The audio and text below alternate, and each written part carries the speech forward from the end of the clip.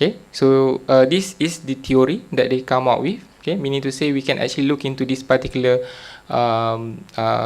dimension. Okay, and look into our own community, whether whether Chinese, Indian community or Muslim, right? What makes us different to one community to the other? Okay, what actually represent us as a community or as a culture? Okay, and then we have high versus low power distance. Okay, where what they are saying, okay, the weaker member of the society accept inequality in power distribution. Okay, small power distance suggests equality. Okay, large power distance suggests inequality in power distributions. Okay, whether you are a community that tolerate of sharing powers, or you need to have a leader to actually lead you. Okay, we as the subordinate need to follow. Okay, so whether you are a community that actually allows the distribution of powers to be equally distributed, or are you willing to actually have an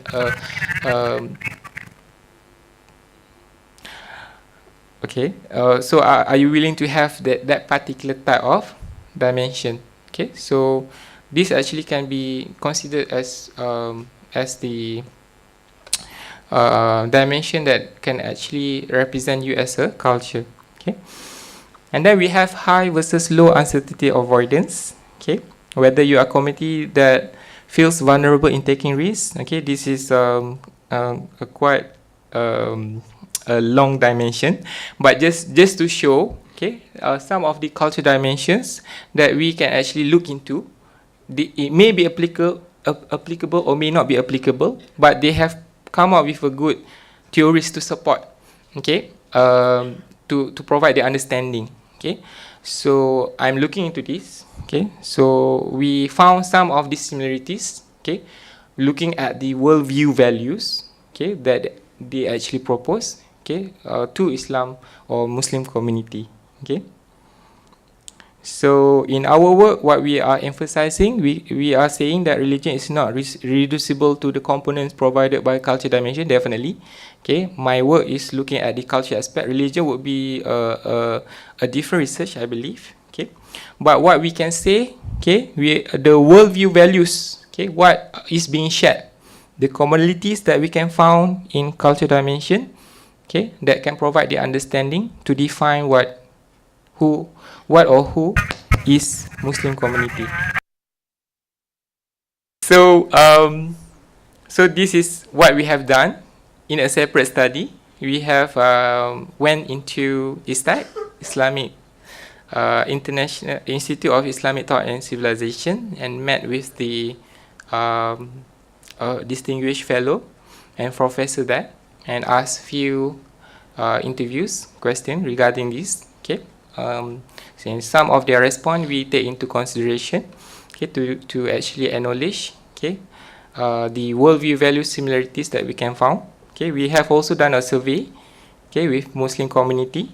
Okay, and I apologize that I can't explain in detail, but again I have put some note of the particular paper that you may want to refer, okay, if you wanted to get more information about that particular work. But my intention today would be just to provide an overview, okay, of the importance of the culture aspect, okay, and also how we actually provide the relevancy of designing for structure for context. Okay, so this is what we mentioned. Okay, so based on that, okay, we have a benchmark or look into some of the dimension that we found the similarities, like high uncertainty avoidance. Okay, and we map into the particular 3 dimensions that we have actually proposed, which is content, context, and navigation. Okay, we believe that contextualization process should be put into these particular 3 dimensions. Okay.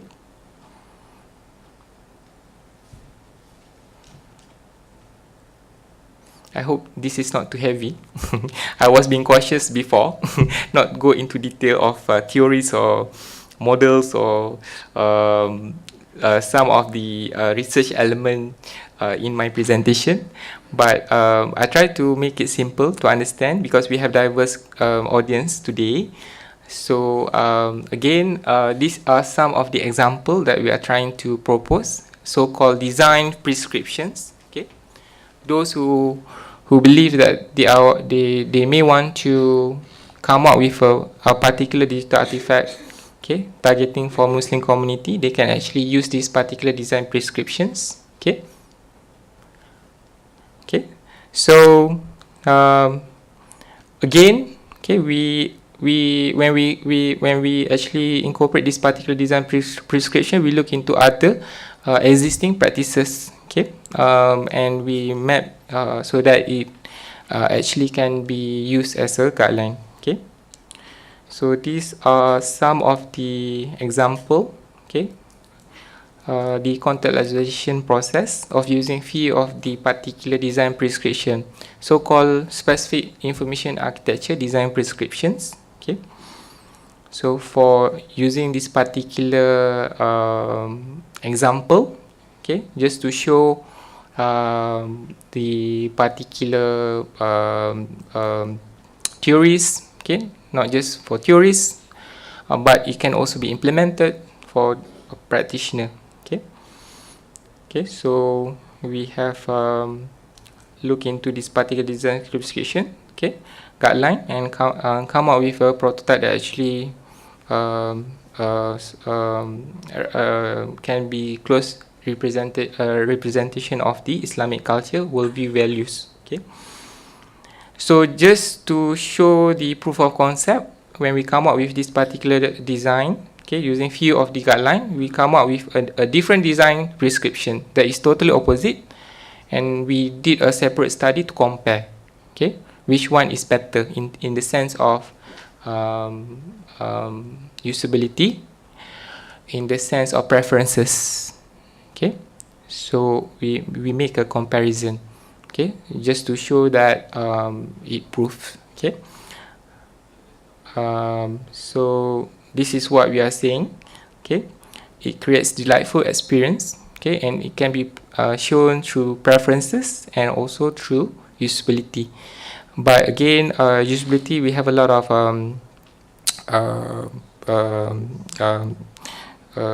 traits that can be investigated. So we are looking at this bit.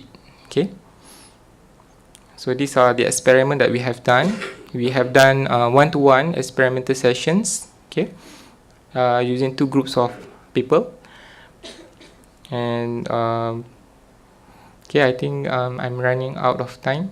Okay, okay, so this is what the direction for future information architecture work. Hopefully, I think some of it has actually comments. Okay, more cross-cultural studies in information architecture field.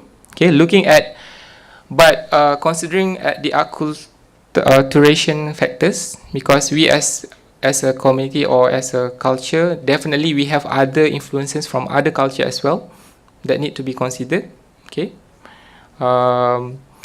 okay, and of course the proof of concept. Okay, more usability technique should be used, okay, to test, okay, and the extension of our work. Okay, okay, so with that, I thank you. For those who may want to get more information, okay, about our work, you can visit my personal website. I think I have put all the relevant most of our relevant work there. You can easily download, okay, or access from relevant academic database. Okay, so thank you for your time. Okay, thank you for your presence. I end my presentation today with Assalamualaikum.